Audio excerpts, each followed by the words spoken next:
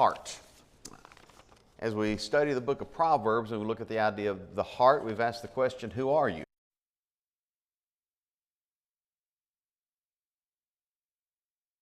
Heart in Proverbs deals with, and really throughout the Old Testament, the Hebrew word translated heart so frequently deals with really the core, the center of a person, and indeed it can be connected to a person's identity and who we choose to be.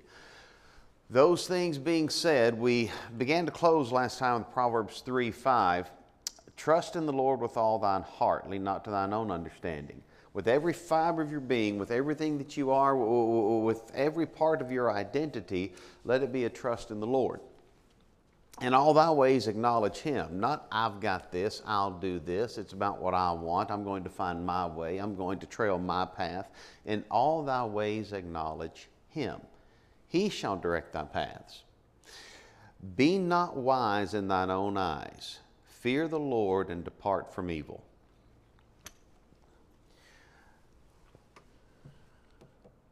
Proverbs 3:5-7 needs shouted from the rooftops. Especially in a world where everything is your way right away. Especially in a world where everything is all about the way that I want it, or finding my truth, or you have your truth. Be not wise in thine own eyes, fear the Lord and depart from evil. Well, fear of the Lord, as we've already discussed, is at the heart of wisdom. Whereas wise in my own eyes will frequently approach things in a manner that centers, well, more on me than on Him. More on what I want than on what He says. And frequently, that route will result in a person trying to redefine what God has said, or picking and choosing what he or she believes from what God has said. If God says it and I agree with it, then I'll accept it. But if I don't, keep in mind, Proverbs 3:5-7 begins with trust in the Lord with all thy heart, with every fiber of your identity. Who? With the very core of your identity do you trust? Do you just trust self? Because if that's the case, you might as well take this book and throw it away. Or do you trust in the Lord? We go ahead and move forward. Timeless themes from Proverbs. And we'll just look briefly at this slide before we advance. But any discussion of wisdom needs to appeal to Proverbs. In fact, when it comes to giving counsel in life, preparing for decisions in life, wisdom, matters of justice, absolutely can be discussed. Learning can be given from the book of Proverbs.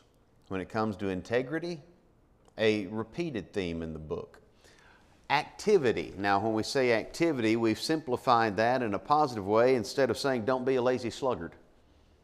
But go to the ant, thou sluggard, consider her ways and be wise. Proverbs 6, beginning in verse 6. Time and again, counsel is given regarding the sluggard. Proverbs 26 actually says the fool is...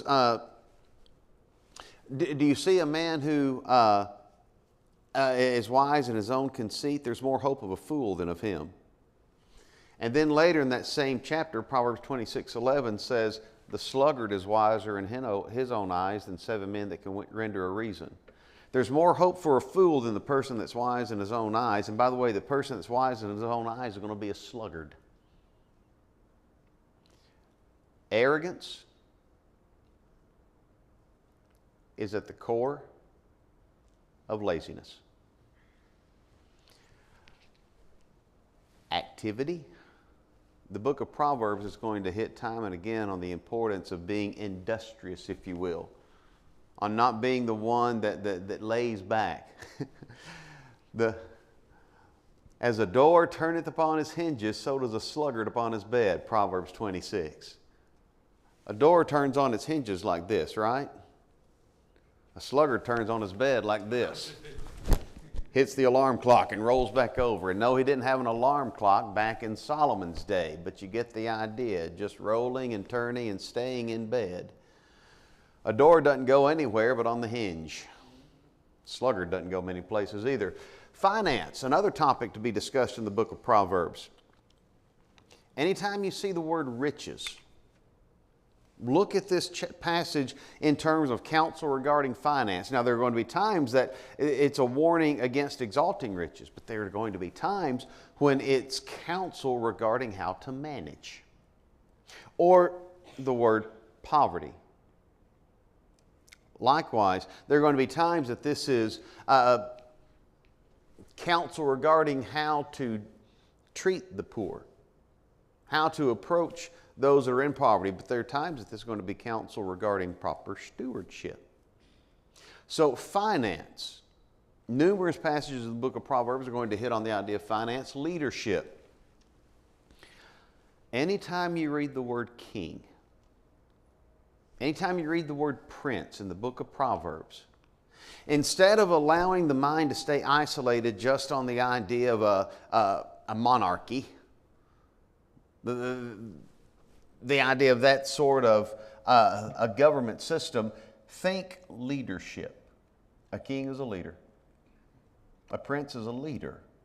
And in reading the book of Proverbs, note what is said not only about the conduct, behavior, and preparation of leadership, but also how we ought to be viewing and approaching those that are in positions of authority, leadership. Don't just see king and say, oh, well, they're talking about kings. That doesn't apply to us. We got El Presidente. No. Think leadership. Stewardship. That'll harken back to the idea of finance, but even more so, not just dealing with funds, but also there's going to be stewardship regarding property. By the way, that will also connect to the idea of laziness, because I passed by the field of the slothful, by the field of the man void of understanding. It was all broken down. Nettles had covered the face thereof. The point being this, there's a description given of the way people will manage not just their wealth, but their property based on activity. So stewardship connects with finance, connects with activity, and then relationships. Proverbs talks about grandparents. It does. Children's children are the crown of old men, and the glory of children are their fathers. You ever heard someone say, you know what, I never understood why I had children until I had grandchildren? Children's children are the crown of old men, and the glory of children are their fathers. There's a lot said in that one verse.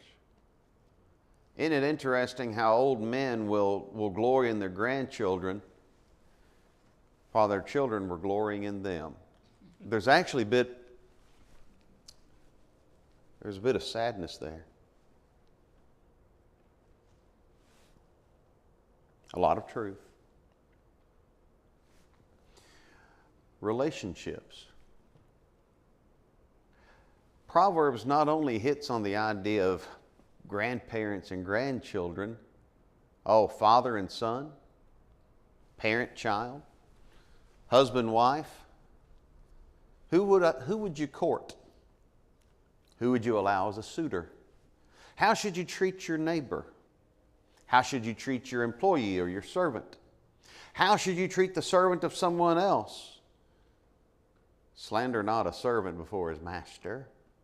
Time and again in the book of Proverbs, there are statements given, principles supplied regarding relationships.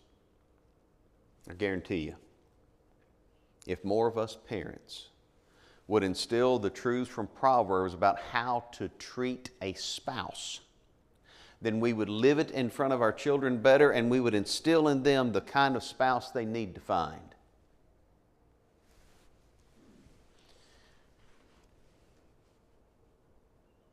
The best relationship advice you're going to get when it comes to the idea of courting and suitors, you're going to get from the book of Proverbs.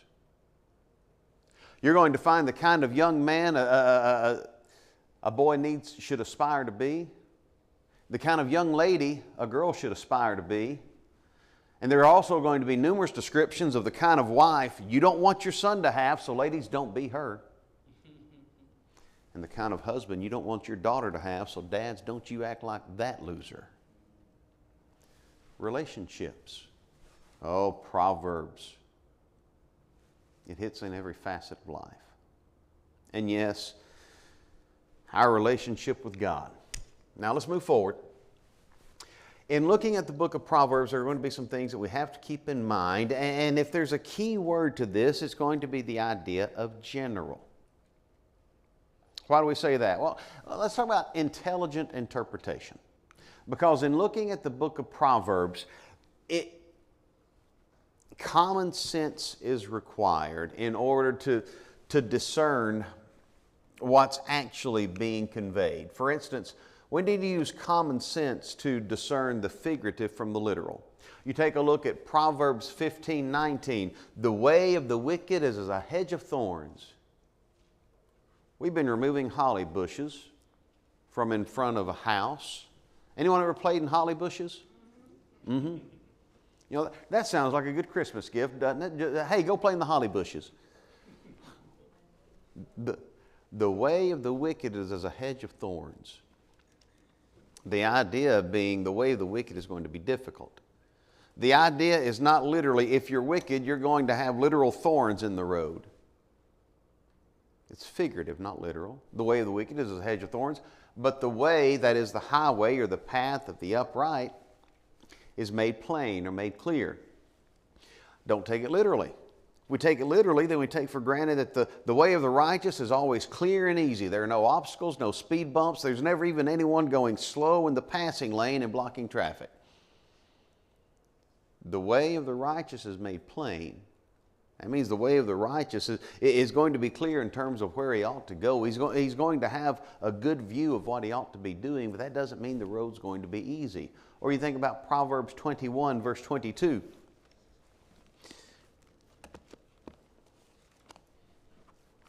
And there I go, losing my thought. Proverbs 21:22. A wise man scaleth the city of the mighty, and casteth down the strength of the confidence thereof. Is this literal? Does this mean if I'm wise, I have to scale the wall of the city of the mighty? No. The idea is it's wisdom that knows how to move forward even in the most contentious of situations. It's the wise man that knows how to scale the city of the mighty and use his strength against him, casteth down the strength of the confidence thereof. Not literal, but figurative. The principle stands. It's wisdom that sees what another person views as his strength and is able to use that person's strength in a way that will overcome those that need overcome. Proverbs 23:2. When thou sittest to eat with a ruler, consider diligently what is before thee, and put a knife to thy throat if thou be a man given to appetite. Is this literal advice? When I sit at the table, do I need to look like I'm someone that ought to be on suicide watch? The idea is simply this: be careful. And if you know your weakness, if you know you're prone to a certain indulgence and to putting yourself at the behest of someone else because of your tendency toward the luxury, put a knife to thy throat if thou be a man given to appetite. That verse in and of itself can say a lot about people recognizing their shortcomings, their flaws, their indulgences, their addictions or tendency toward, and using preventive means. Not with a literal knife to the throat, but by putting up guards so that we don't allow ourselves to succumb to whatever might be a strong temptation. We need to use common sense to discern the figurative from the literal. No, Solomon was not literally saying, put a knife to the throat. We need to use common sense to discern the usual from the universal. Not everything said in the book of Proverbs it should be taken as an absolute universal truth that applies at all times in all situations. We give general counsel when we're bringing up our children. We give guidelines and general rules that once they get to a certain point, they're going to realize that this rule doesn't apply in every situation, but we've given them that rule as a safe guide up to a certain point. Well, much of what's said in the book of Proverbs is intended to be more principle than hard, fast, universal rule. For instance, Proverbs 29:12. If a ruler hearkeneth unto lies, all his servants are wicked. Biblically speaking, does that mean every wicked ruler depicted in Scripture had only wicked servants?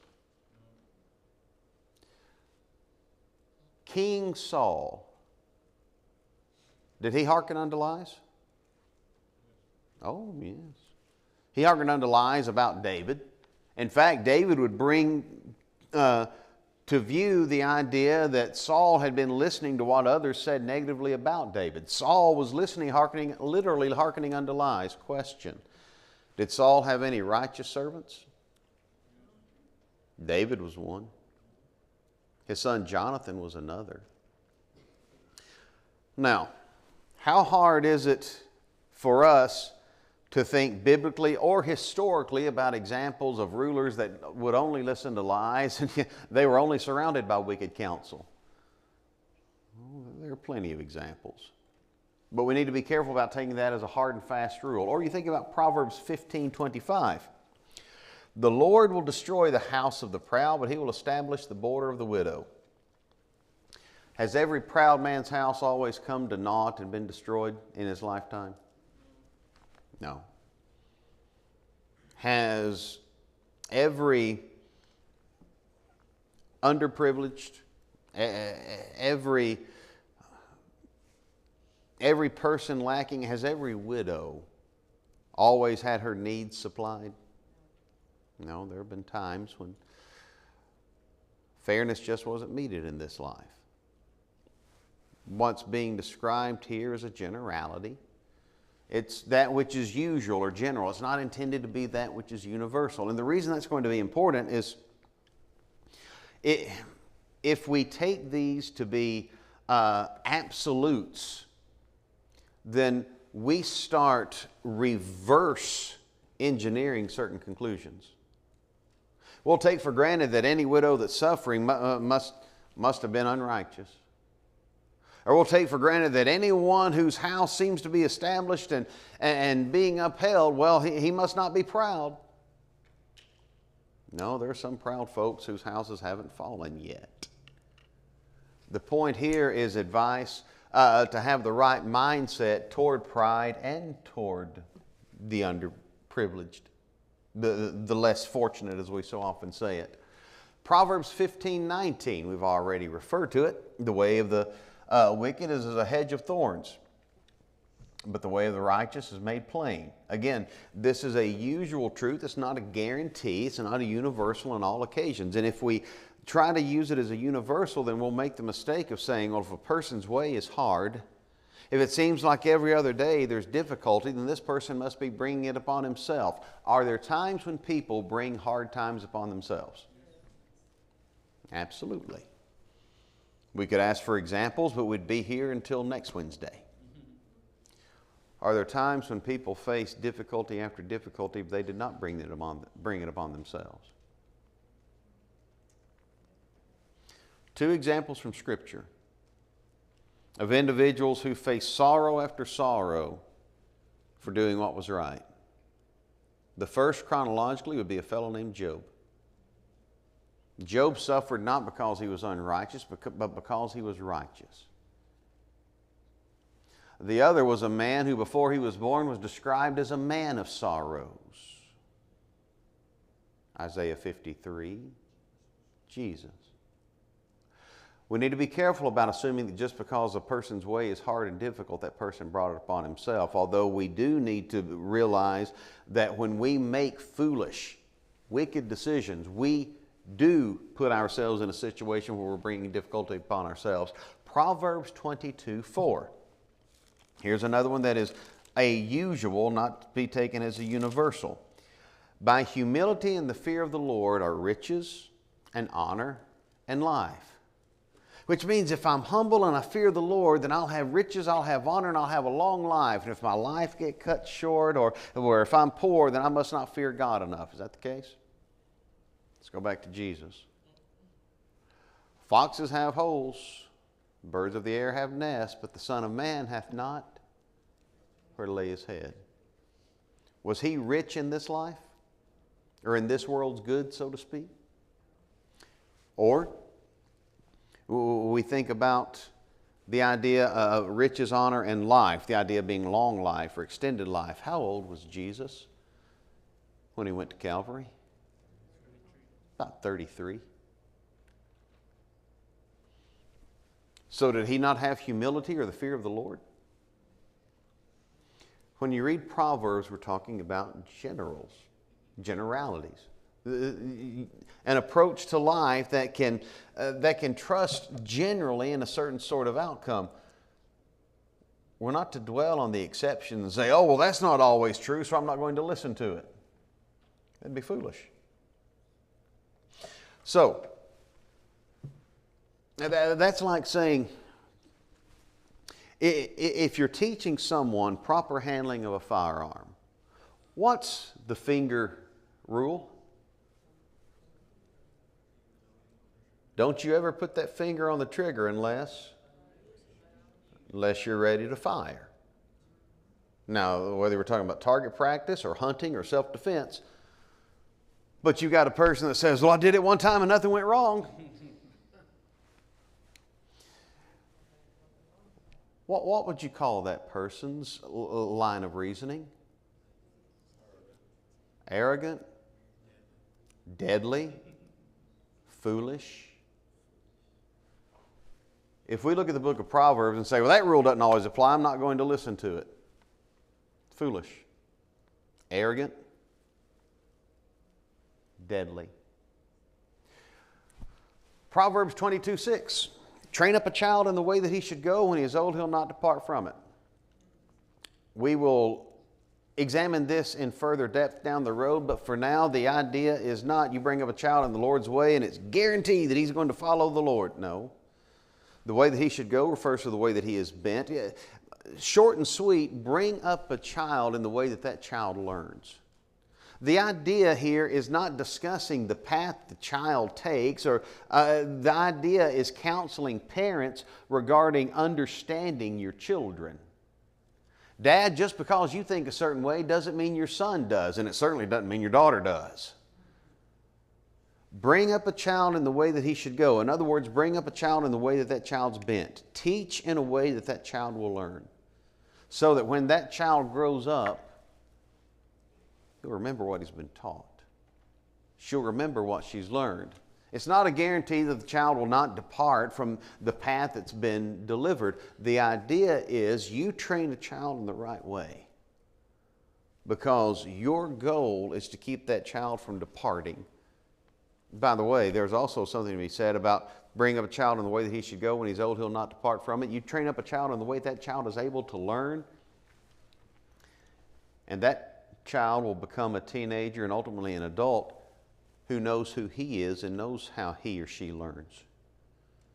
You train up a child in the way that you learn, contrary to the way that that child learns, in a way that fails to recognize the individuality of that child. And chances are what's going to happen is there's going to be a child that comes to age that doesn't know who he is, doesn't know how he learns, doesn't know how to think for self, doesn't know how to make decisions, and has resentment.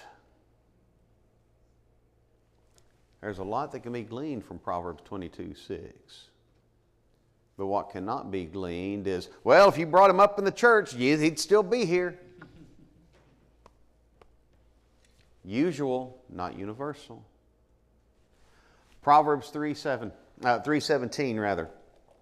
Speaking of the way of wisdom, all her ways are the ways of pleasantness, and all her paths are peace. That doesn't mean that every time we follow after wisdom, everything's going to be pleasant, everything's going to be peaceful. Once again, usual, not universal. And then we need to discern precaution from precept. If we approach the book of Proverbs as though every statement is intended to be an absolute truth, then we will find contradiction. We're going to be cross-eyed and backwards. Just with Proverbs 26:4 and 5. Answer not a fool according to his folly, lest thou also be like unto him. Are there times when people are spouting things that they declare to be true, and answering them would be like talking to a brick wall? Matter of fact, there are times when I'd rather talk to a brick wall that's got a better personality and more warmth, especially on a sunny day. Proverbs 26:4, answer not a fool according to his folly. In other words, don't act like him. You'll be just like him. Proverbs 26:5, answer a fool according to his folly, lest he be wise in his own conceits. There are times when a fool needs to be answered. I submit to you the second fool is the one that's easier to approach. The second one is the one for whom there's a little bit of hope. But what's required for us is discerning which fool it is that we're facing. Is this a moment when I need to answer this fool according to his folly? Or is this a moment when it would be like talking to a brick wall? Talking till I'm blue in the face and accomplishing nothing. Proverbs 26:4 and 5 are not contradictions of one another. They are a prominent example of how the book of Proverbs and the wisdom contained in Proverbs will require discernment in terms of application. Proverbs 22, beginning at verse 26. Be not thou one of them that strike hands, or of them that are sureties for debts, for if thou hast nothing to pay, why should he take away thy bed from under thee? This is not saying that it's always wrong to borrow. The Old Testament, the Torah, the Pentateuch, the law of Moses, gave example after example of how they were to behave when lending and when borrowing. The idea here is the counsel that if you can avoid borrowing, avoid it. And don't be one that facilitates someone else's borrowing to the point that you're creating a debt-based society. Welcome to America. But it doesn't mean that it's always wrong to borrow or that it's always wrong to co-sign. More often than not, it's at least a bad idea. And if it can be avoided, avoid it. Some other passages worth noting. In noting that this is, we have to discern precaution from precept. Precaution regarding how to deal with a fool. Precaution regarding the idea of borrowing. Precaution regarding when to speak. Proverbs 15:28. The heart of the righteous studieth, that is, ponders, deliberates, thinks to answer. But the mouth of fools poureth out evil things. The heart of the righteous stops and thinks. Do you realize that we don't always have to have an answer right on the tip of our lips for everything that someone else spouts? It's okay to stop and think. It's okay to let there be a little bit of silence while we try to find the best way to answer something that's been said, not only in finding the facts that would refute the ridiculous statement that was just made, but also in finding the right way to say it, because a soft answer turneth away wrath, but grievous words stir up anger, Proverbs 15:1. The heart of the righteous ponders, studies to answer. Not only considers whether what was said was true or not, but considers the right way to respond.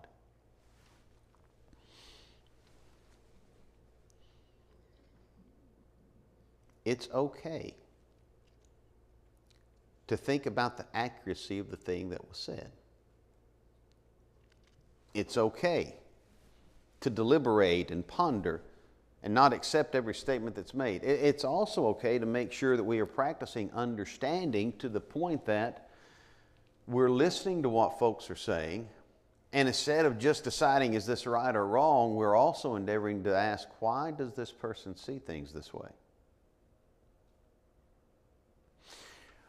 Proverbs 15:28, the heart of the righteous studies to answer. Or you think about Proverbs 21:23, he that followeth after righteousness and mercy findeth life. That's 21:23. Whoso keepeth his mouth and his tongue keepeth his soul from troubles. Has there ever been a time when the best thing to say was nothing at all? And maybe doing this would have been the smartest move. Has there ever been a time where you thought you were saying the right thing in terms of fact and truth, but it came out in such a wrong way that it was detrimental to any progress? He that keepeth his mouth and his tongue keepeth his soul from trouble. Anyone ever heard the term, your mouth's writing checks, your body can't cash? Proverbs 19:11.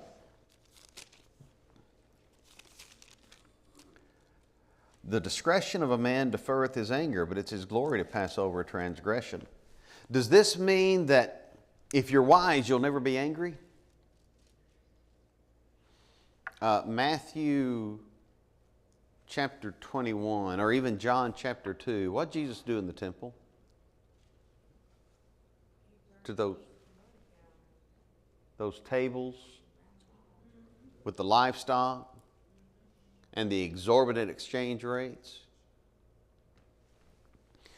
Do you think he was grinning while he did it? Do you think he was saying, excuse me, listen, it's written, this shall be a house of prayer, but you made a den of thieves. Would you mind dispersing? You think that's the mood?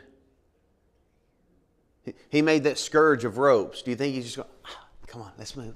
Just a little bit of that. There you go. He was mad. It was a righteous indignation, but he was mad. Anger is not always the fault of the one who's angry, nor the detriment. Now, do we tend to be more susceptible to poor decisions when we're angry? Yes. But Paul said, be angry and sin not, let not the sun go down upon your wrath, Ephesians 4.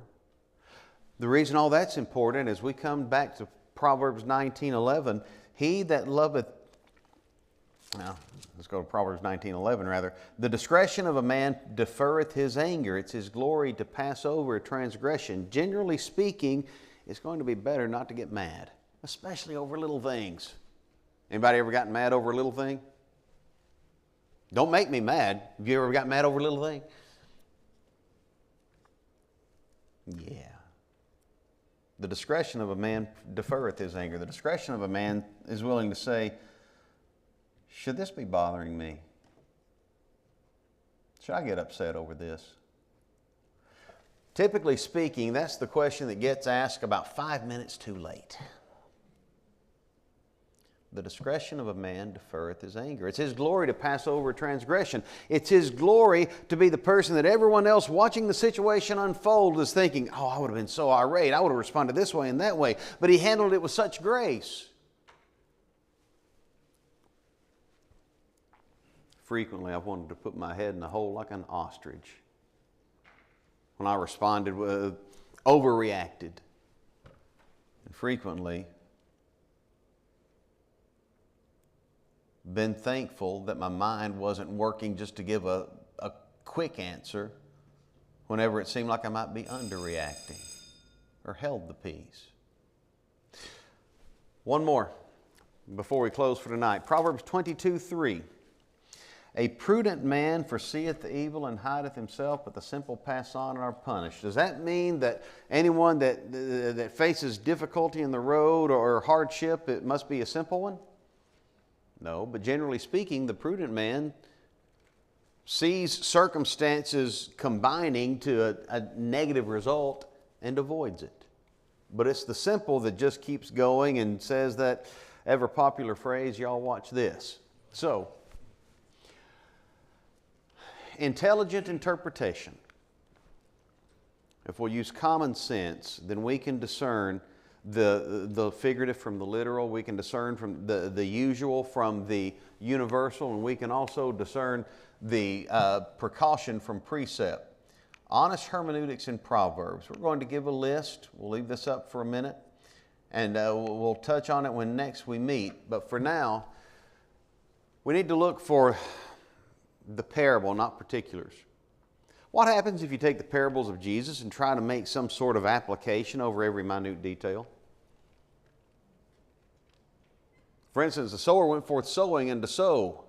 Well, see, the hand in the parable the hand don't represent nothing. The parable is about the sower that went forth sowing and to sow. But there are those that will take details that aren't even referenced in parables and try to devise lessons out of them just to show how creative they are. We need to be careful when studying the book of Proverbs and realizing that so often what's said is a parabolic. For instance, Proverbs 9 speaks of the foolish woman. She's clamorous. She knows nothing. That doesn't mean that she's catatonic. The phrase "she knows nothing" is describing the wisdom exercised in her decisions. Her behavior is as though she doesn't know any facts. We'll stop right there for tonight and pick up when next we meet. Thank you so much for your time.